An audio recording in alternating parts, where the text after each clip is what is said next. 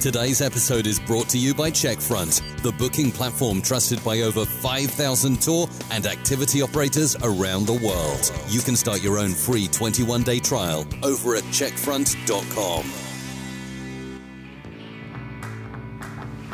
Welcome to the Tourpreneur Podcast. Travel industry veteran Shane Whaley will take you on a journey with fellow tourpreneurs, sharing their tips, ideas, insights, and success stories to inspire you to make your tour business the best it can be. And now, here is your host, Shane Whaley.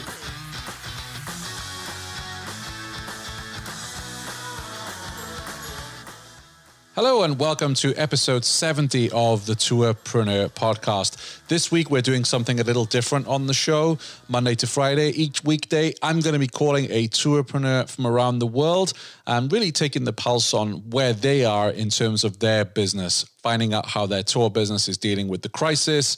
What are their action plans during quarantine? What's the daily routine? What's their message to other tourpreneurs around the world? And what are they doing? What are they learning to make sure their business comes out of this stronger than before? Today, we are talking with Della. Grace is the tourpreneur behind Miami Culinary Tours. And I thought this was a really good one to start with because Grace has had to deal with disasters in the past, particularly hurricanes, with Zika, and now with COVID-19, the pandemic, lockdown, etc. So she's actually very upbeat and positive. So it's a good one for us to start with.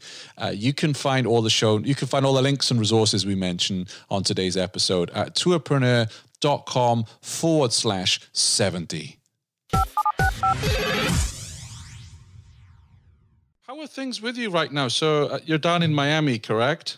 Yes, we're in Miami, and I'm happy to see that folks are following, city ordinance, and people are staying inside. The clappings at 8 p.m., are happening. In sunny Miami. Yeah. So how are you getting through this? Because obviously, like all of us, you've had to stop offering tours. Your business is on hold. How are you getting through it? One thought that I started to have, the first 2 weeks was, we were in the state of shocking, right? We've been through hurricanes and we've been through Zika before. But one of the things that I kept, for tour operators out there that I kept focusing on was, yes, this is times of our uncertainty and we're all scared about, what's going to happen. But really, if you think about those were the same feelings or similar feelings that we had at the beginning when we started our companies. So I'm going back to the drawing board in many ways, thinking, when I first started Miami Culinary Tours, I really did not know the future. I really did not know how things were going to turn out. And it was a time for action. So, I had a period of complete, I think we were the first tour company in the state of Florida that close the tours. Our vendors were like, "You're so abrupt. What's going on?" It was really a time to think, our guys are out there. And, it was a needed, it was a difficult choice, but it was a needed choice. And then I had, about, I will say, 2 weeks of complete shock, but going back, slowly going back to, what am I going to use this time?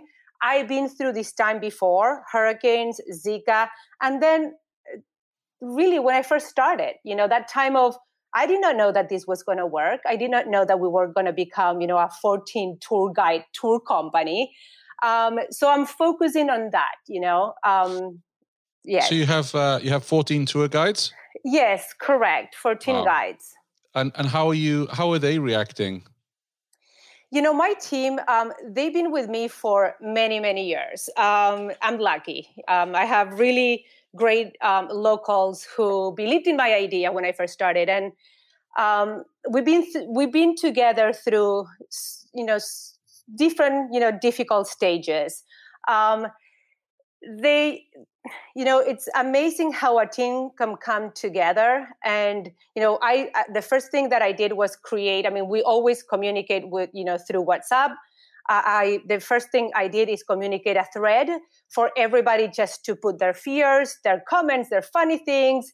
And so through that, helping each other, because one of the things that I focus when I'm low, when I'm down, one of the things that I focus is I have a great team. Yes, they're looking at me to see, well, what's the next step? What's going to happen? I mean, nobody knows what's going to happen, but they always looked at me to for the future. So that thread that I created keeps us in communication. I think that that's a very important thing for a tour operator to do, is that, I mean, your guides are your company. So keeping that group, together. I now do like weekly face-to-face chatting sessions with them. I don't like to call them meetings. It's chatting sessions where they can either bounce ideas, tell me their fears. And I think, that feeling of we're stronger together, and hearing the ideas from them had really helped me to continue the path that I was able to start, I will say, a few days ago. So just recently, I put like, okay, these are my A, B, C, D, E, F that I have to follow to really start disconnecting. Whatever is going to happen, it's going to happen. But what's my plan to move forward and keep my team engaged? What do you think? Because we have this time, and I'm really quite impressed with your positivity, I have to say. So I can understand why your tour guides are feeling maybe better than some others I've spoken to. But what are you working on in this downtime that we have that will improve your business once we get through the crisis? So what I've been doing is I've been putting a schedule on how I'm going to I like to call it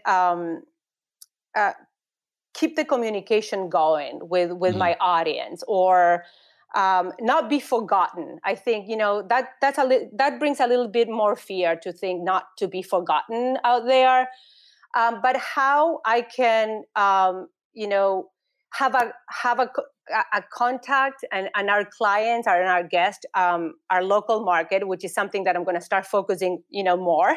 How they can have a connection with us. We don't want to be forgotten, of course. And so we're, coming up with ideas on how to, besides, some marketing campaigns that I'm putting into place, but coming up with ideas as tour operators. It's not that, you have a product that you can demonstrate, oh, well, this is how you make Café Cubano. I mean, you could do things like that. But coming up with ideas that include my guides and the happy times of Miami and food. By the way, I mean, we do food tours, or Miami Culinary Tours, so it relates to food and culture. Even the simplest, the silly ideas, it doesn't matter. How are you communicating that to your customers?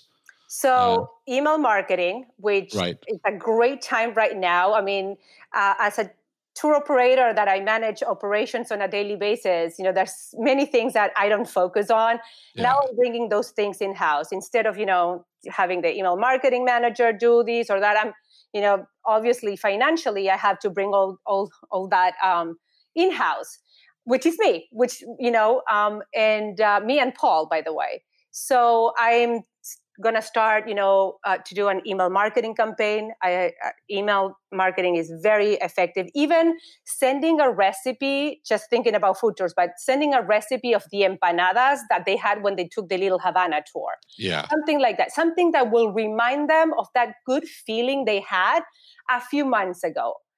For me and for my team, it's not about selling. I know that there's a lot of tour companies. They are trying to see how they can monetize in this downtime. I'm not there yet. For me, is to have have our past clients and future clients try to have a connection with them instead of trying to sell them something at the moment. I'm on that stage. Another thing that we do is inspirational quotes, with things that are local, like croqueta frying pans. Let's bang those. And things that relate to what's going on, but not in a dramatic, in a pessimistic way, but something a little. I mean, I'm a very hopeful person. Sometimes, so I'm trying to give that angle. So all our social media has been hopeful, and Facebook. Yes, go ahead. Yeah, I will add all of those to the show notes for today's episode. If you go to tourpreneur.com and go to podcast and scroll down, I'll add all these check-ins there. So I'll add all the links to your social media so that other tour operators can take a look at what you're doing and how you're communicating.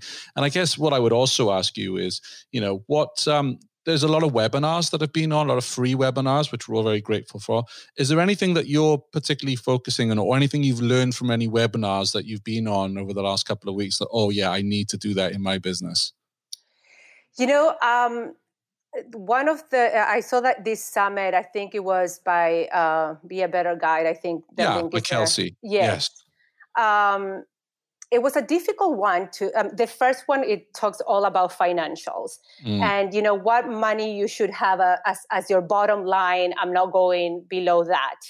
That was an impactful webinar for me. All the replays, everybody can listen to them.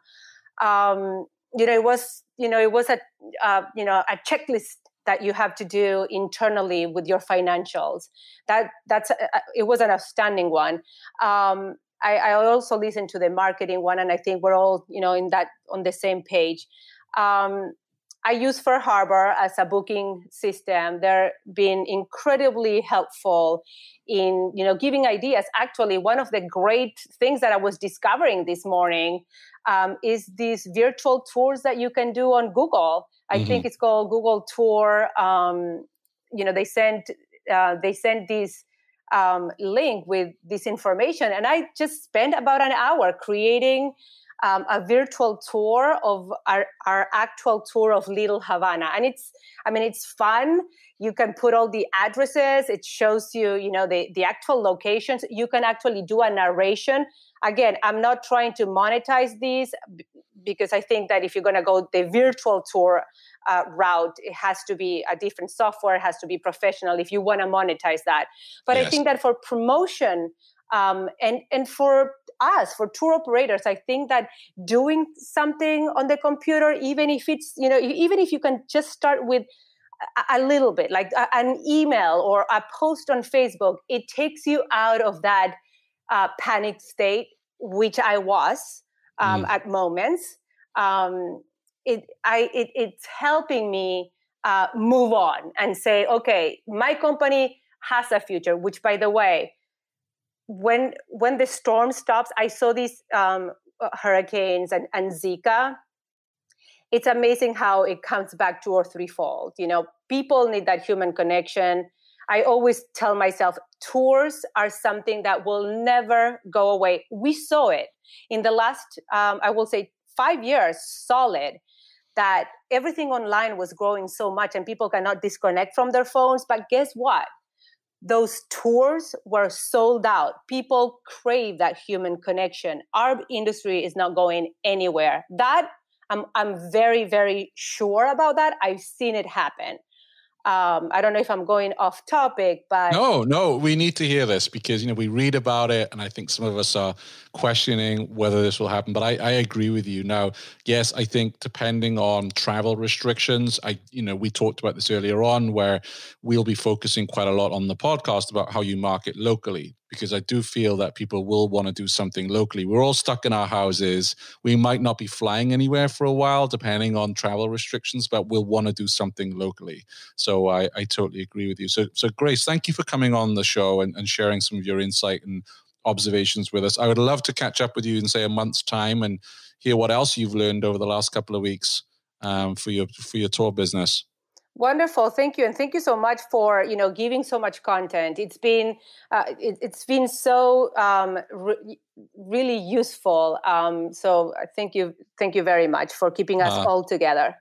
See, so today you're making me blush, and also today you've made me hungry, because I was looking at your excellent website before we jumped on the call, and now I'm starving hungry for some good food. Luckily, it's lunchtime, but yeah, I love the idea of your recipes as well, because so many of us are stuck at home, and I think we're getting to the point where we're not so inspired with cooking. So maybe a recipe in the inbox, like, I've got the ingredients for that, I'm going to cook it tonight and surprise everybody. Wonderful. Food always brings that beautiful comfort to your heart. Definitely. Thank you, Grace. Thank you so much. Thank you.